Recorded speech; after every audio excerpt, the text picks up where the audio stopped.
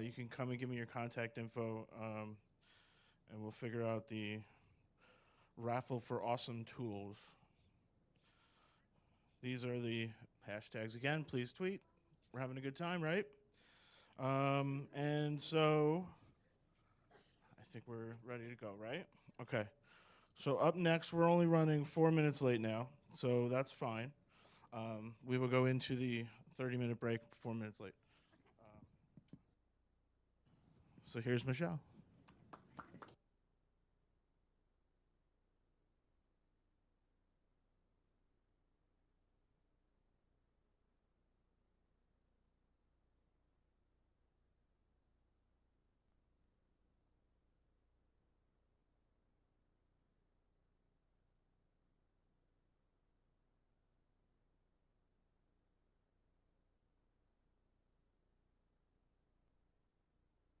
Can you hear me? Okay. So, hang on 1 second.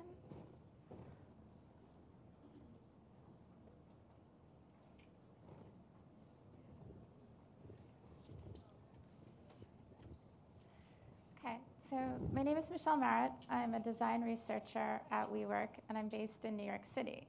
Today, I'm going to talk to you about some of the challenges that other people have mentioned, designing for physical environments, digital spaces, and the people that inhabit those spaces. Before we do that, I want to ask here, has anybody here been to a co-working space? Awesome, there's a lot of people. How many of you work in a co-working space currently? Okay, there's a few. Are any of you in a WeWork space? We've won, yay, awesome.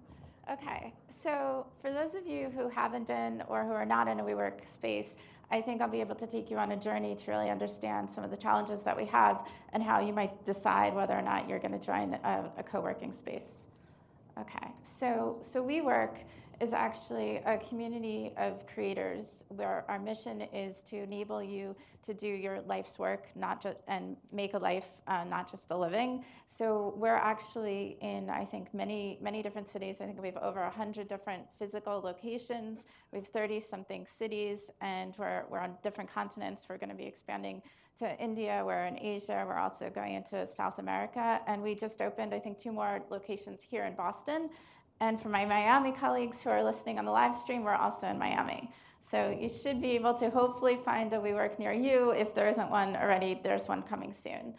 Okay. So because we are working, again, on building these physical environments that have lots of different needs for people that need to do work, our teams are set up naturally to embody that. And so I think we've been talking a lot about architects, and the funny thing is I work with real architects and real designers, and in my group, those are the people that are considered the actual design team.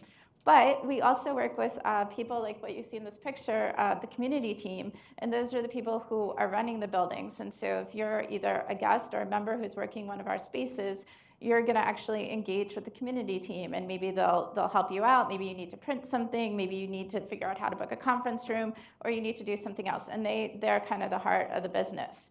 We also have digital products. So we have a website like most companies, and we have member apps. So if you do need to book that conference room, you might need to use one of our mobile apps or do something else. And we also have key cards, and you check in. And so we have products that really are spanning physical, in-person, and digital. And so our teams are set up like that. However, I work on the UX team, and we are not physical designers, we're not community people, and we could be digital designers, but we're not in charge of designing those products. Our goal is to actually work across that entire life cycle and really create delightful experiences that are going to span all of those different products.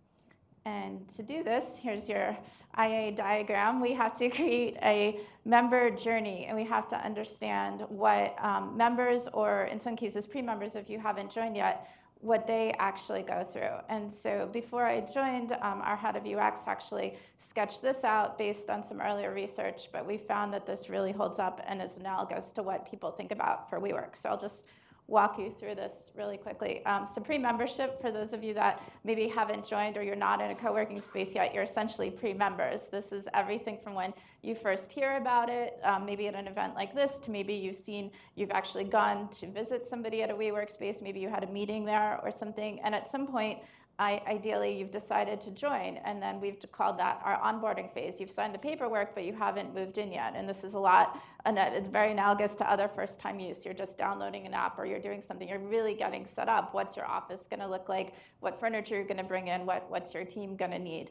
And then once you do join after your first day, you're essentially a member, and that membership experience can last from different periods of time. And so hopefully you're a very happy member, but we also know that people become more successful in their business. Maybe they move on and they grow with us. They expand their business, or maybe they go to a different location and they do different things like that. And so that's really like another step in the journey. And lastly, we call this graduation because again, you've grown, even maybe you've outgrown WeWork, but you've been so successful, and we're super happy for you. But we want to stay in touch, and maybe you'll still come back and host events or do something. We've even had people that were working in a WeWork space came back for different reasons, and so that's pretty exciting for us.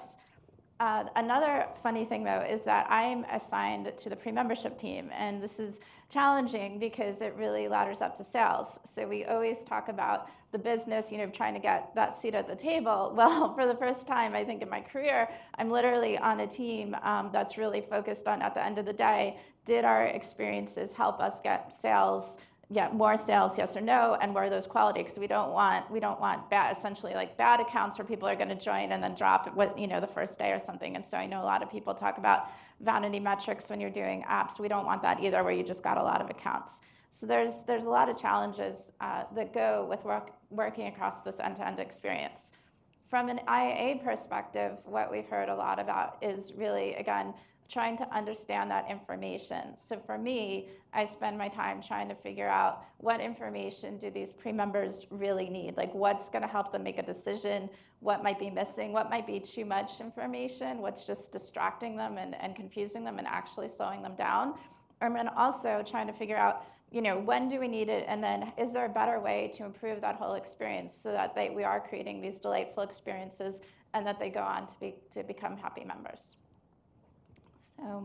So again, because of the nature of what we're doing, our approach naturally has to really blend the physical elements and the digital products. And so I'm going to walk you through essentially a pre-member journey of how we address that. So we start naturally in some ways with the website. Last April, we did a big study where we used, I think, ethnio recruiting, probably something that a lot of you do, which is you're just really literally intercepting users, asking them, why did you come to the website today? And our focus was not so much on usability, but what even brought them to the website. And so we certainly heard about some people where maybe they were looking for the right hot desk. Maybe it's just one person. They're going to be coming they don't need a lot of time. They just need kind of a touchdown space, essentially. Other people told us that they had more questions. They were really just starting to look at the website. They really wanted to understand a few different things, and I think this illustrates it. One, maybe they're selling different pieces of merchandise. We have fashion designers, we have people doing shoe design. We have a lot of people within the design and the creative community, and they're dealing with really big stuff. Will it fit my stuff? Maybe I even have just a very special printer, or maybe I'm doing a lot with files. Will it print that? Will it fit that? The other concern a lot of people have is it's not always the one-person team. It's different size teams, and also, as we said, we're growing. Sometimes people are saying, is it going to fit my 6-person team? Is it going to fit my 5-person team? Or I have interns. I have summer interns, and so I'm sure some of you here are interns or have been interns. And would you be able to come in, and how would that work if you joined WeWork? So we started to collect a lot of questions like this. Then I was excited to find out that people who book tours actually write in the website, in the form, that they can actually kind of give us what I'm calling pre-tour notes. So they actually start to communicate with us where we can find this information without just having to intercept the website. And so from a UX perspective and kind of an ethnographic approach, we're seeing what they're actually putting into the website and what they really do want to learn. almost in real time, if I intercepted a tour that was just booked within the last few hours, I could really see what they wanted. And I think from an IA perspective, this is really important because you start to see the words that they're using and the language. And I think like in one case here, one person is talking about closed rooms. Well, we have meeting rooms and we have phone booths at WeWork and we have offices. I don't know what this person means by the word closed rooms, but it's interesting to see that those are the words they used it. Or they use, you can see here, they use the words like amenities and facilities, or even just catch the vibe. Like, so they're looking at for a variety of different things. Some of it is pretty high level, but it shows a sense of like what they're filling the form out, what they're anticipating is going to happen on the tour, and trying to communicate with us. I also like the fact that some of them at the end they say thanks. Like they filled out a form, but they still said thanks. Like they are literally starting a conversation with us, and they're really starting that engagement. And so I think that that's something we need to keep in mind as we're designing this better experience. So we've seen digital, the website, they've booked on the form. So they booked a tour using a form. So the next step is to go essentially into the physical world. And I often joke that this is essentially like what I do all day. Like I follow tours. So we have, again, a lot of WeWorks. We probably have like 30 in New York City. I've been to a lot of them, and I spend a lot of my time, hanging out kind of in this common area, listening to tours, sitting near, again, this is another one of our community leads, and she's greeting someone who just arrived for a tour. She's gonna set that person up, and if I'm sitting there, I can really hear what are they saying, what are they asking. I can hear it before the tour, and just start to really understand different things like that. If you remember, I mentioned the digital and the physical environment. Well, this I feel like starts to get very meta because this is a tour guide, his name is Johnny, explaining to a pre-member how to use the member booking app for booking a conference room when they're in a conference room. So I'm sure there's like a lot of worlds colliding here, but it really starts to get interesting to really start to understand all these different layers. And what I've found is that you have to do this by actually just following the tour. I could survey them, I could say, what did you like about the tour and things like that, but I don't feel that would be effective to really understand the questions that they have at the different touch points. So we also, to communicate the experience, we need to really bring our other team members on the tours with us. And this was sort of somewhat radical, even though we're all about community and we start by working in our first day. We all had to spend like a half a day at the desk working in a WeWork. So we really are trying to do those community jobs, but it's your first day and you might not pick up all of this information. So I feel that going back and starting to follow tours when you really need to do it. And so this is actually in our Long Beach office. This woman, she was actually from one of our physical product teams. So she's helping the architects and the designers really understand things, but she had some questions about how people were choosing office space. And I gave her all of the information that I had, and I sat down with her, but I was like, really, the best way to do this is to come and follow tours, and I'll set you up with that. And so some of her colleagues also came and they did it, and I walked them through that. I was like, look, you're gonna go, and you can see she's kind of nervous. She's like, I don't know what to do. But by the end, she was taking notes and she was really kind of filling things out, and she was saying, oh my gosh, and that person really was expecting this, and here's what they wanted, and they couldn't make a decision. And so that really, really helped her. And so some of the other colleagues also found that beneficial. And one of her colleagues even said she thought that we should definitely do that as part of our onboarding. So not just working at the front desk, but everybody should make sure that they follow tours. So that I thought was very helpful.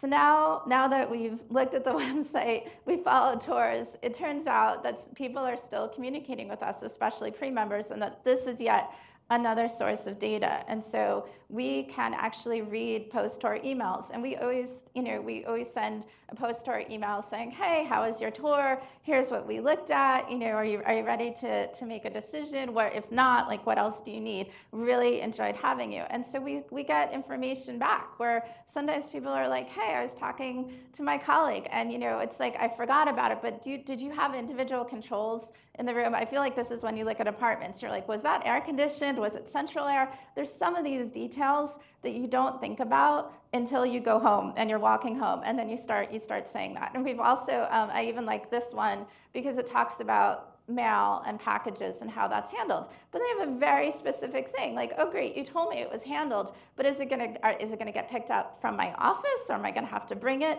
And for some people, these details are really, really helpful, and they really need that to make a decision. I wouldn't know about this unless I was really starting to read tons and tons of these emails and these questions. And so that was something that isn't automatically, kind of something that you would expect to have. So then we do another funny thing is, if once you've made that decision, we're super excited to have you join us. We actually help them move in, and this is another kind of unexpected way of finding information that you wouldn't think that we would have. You get to see what they bring in, and if you've ever helped your friends or your family move, you learn a lot about them. You learn about like all the goofy things that they have, or maybe they're a lot more refined or stricter or something like that. But you also learn, like, suddenly they're like, oh my gosh, where am I going to put that in the space? Or maybe I didn't need to bring all this stuff in, and how can maybe as we move forward, maybe we can help anticipate that you're going to have some different models here, you're going to have special equipment, and how can we help other people move in and anticipate these needs early on. We also get the chance to talk to those team members. So if you remember in one of the earlier photos, we showed you that maybe you have that 6-person team. Well, oftentimes the 6 people on the team do not take a tour. This might be their very first day in a WeWork, and even if they've been to a WeWork, they've never been to their office. So they're starting to ask questions about, where are the conference rooms? How many floors are we on? Where's the bathroom? Things like that. And so we start to understand, by kind of being right there at this very critical moment in their journey, being there to really observe, and we do actually help them. So that was super exciting. We also, we walk in their shoes. This is, of course, critical. I feel like this is a mantra of being in user experience, but the reality is, in the physical world, it means that we get lost a lot. This is like, it's half serious, but it's half true. This is our team. We were trying to see if we could do something different for a tour, and we got stuck in a stairway. And you can see we were being so good, we brought the whole team, and then look, we decided to try something different, and could we go that way? And I think one of my colleagues, again, Johnny, the person who showed us that tour app, he was the one like, no, we can get out. And we were stuck. It was to the point where I think it was 20 or 30 minutes where we were like actually contacting team members and saying we're literally on the stairway, which was in a building near Penn Station in New York City. So it's a bonding experience for the team, but it also shows you like how you don't want to lose your pre-member if you try different things. The other thing in this building, you can see, so this is my colleague Cole. It's a little washed out on this image, but on some of the other ones, we wound up at a service entrance, and I feel like this one is that sometimes the literal wayfinding of like, are you at the right address? Are you trying to find the right place? And it's like just slightly off. It was that we were looking for 300 Park. It says 300 Park is the service entrance. And this, I think, even in some ways happened this morning. We have a nice sign on the building that says event. I feel like a lot of people can really relate to this, that you're at the right place, but it's not quite the right place. In our world, unfortunately, this has bigger consequences, because if they can't find the building, one, they won't tour, but two, they're going to maybe not want to join, because this will be a negative experience for their clients and for other people. So in this case, I'll just let you read that. But it's a pretty serious thing. So we know that we have a lot of work to do. So to do that, again, going back to our UX world and our experience, what we're good at, which is really creating prototypes. And we do traditional things in terms of IA, again, from the website. Can we have participants put things in order? Maybe we thought we had the right information, but it wasn't organized in the right way. And so that's essentially what we're doing. We're having that participant sort different sections. But we also had to get more creative because of what we're doing. We know that the website alone isn't going to help. And so we've actually, based on the information that we had, we started creating different scripts. And in one case, we gave our script to our sales leads to ask them to try to use this based on the information. Could they try asking some of the different questions? And once the sales team had gotten to a good point with the script, we were able to use the script in a live chat experiment. And this was very exciting for me, because we weren't testing chat, we were testing our questions. And again, you can see some results here of what an actual person said. I mean, again, you started to, one, to collect all the information, and two, you started to really engage with the team in a way that wasn't expected. So we were essentially becoming the prototype because we were chatting, and the team actually loved that because they, in some cases, even if they followed tours, they're actually now really, really connecting with the pre-member. They're not just observing, they're seeing, hey, I can answer this, I understand what they have, or, oh my gosh, we had to fix this. We had to make sure that they get that answer somewhere. And also, as I said, it's okay if they call us. We do have a sales team. We have our phone number. We've increased the prominence on that because, like in this case of this person, they need 10 people. They have interns. They want to be somewhere in downtown. That is probably going to take a nice phone call to really, really understand what you want. And that's okay. We did successfully turn this person over to someone, and she did move in. So we're happy to have resolved that. But I thought that was really fun to be the chat. And then continuing with that, we've become like the physical prototypes. We, instead of just formally taking over the community desk area and trying things out by being there in the moment, we start testing things with our own scripts and stuff. This is my manager, actually. He's taking on a role. So we're always constantly bringing the team, but also bringing people. In this case, we were trying something different, a different way to start a tour, and we were trying, and we're all there, and you can see the whole team sitting there with all the computers and everything, and we're logging again, like what did they do, where did they go, and we're constantly kind of rotating and doing that, and so that's been really interesting for us. And finally, we're happy because we can have the chance to improve the experience. We've collected a lot of different information, and so I can share some of the success stories. One is the website. We heard from people both before they toured and after they toured that they needed like details. And so some of the questions that they really had were, I don't understand how I can compare this. I don't understand the differences. They were making their own spreadsheets. They were doing things. We created a table here at the bottom, you can see, and there's more. So the goal was like to provide this information on the website where it wasn't before in ways that will really help those people when they need it. And again, this could be before they do that. It could be after that, and to provide it for the people that need those details and when they do that.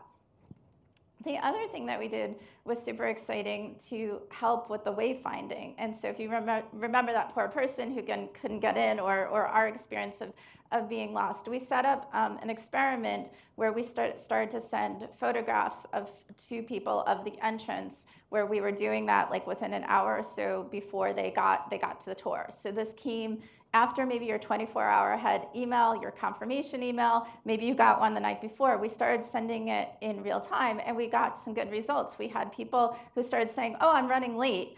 And they also started to say, I'm stuck in traffic. So they started to actually, one, communicate with us. And because they had a photograph of what the entrance would look like, they were able to just open it on their phone. It was probably one of the last emails they had, and they came. And we were able to try this quickly in New York City. We repeated it in Washington, D.C. with over 100 people, and we were happy to say that we actually animated the image so that they could really find people. And everybody in our experiment who got it, they showed up on time. We beat the control group that didn't have it, and we've actually launched this successfully so that everybody now who's going to take a tour gets an arrival email with a GIF, an animated GIF image. And this is the South Station Boston one. But this was something where we improved the experience. Nobody told us like an arrival email was broken. And we did our diligence in terms of testing it, and we came up with a very creative way to address the wayfinding problem. So in summary, in case you're not totally working on physical and digital products, I just want to leave you with a few tips that you can probably try. One, really try to just follow your pre-member, whoever it is, whoever your customer is, and try to figure out what are all your independent touch points. And again, maybe they're filling things out online, maybe they're doing things in chat. See if you can find these unexpected ways. Help them, whatever your version of helping them move in, and definitely always bring your team, because I think that really helps them definitely understand.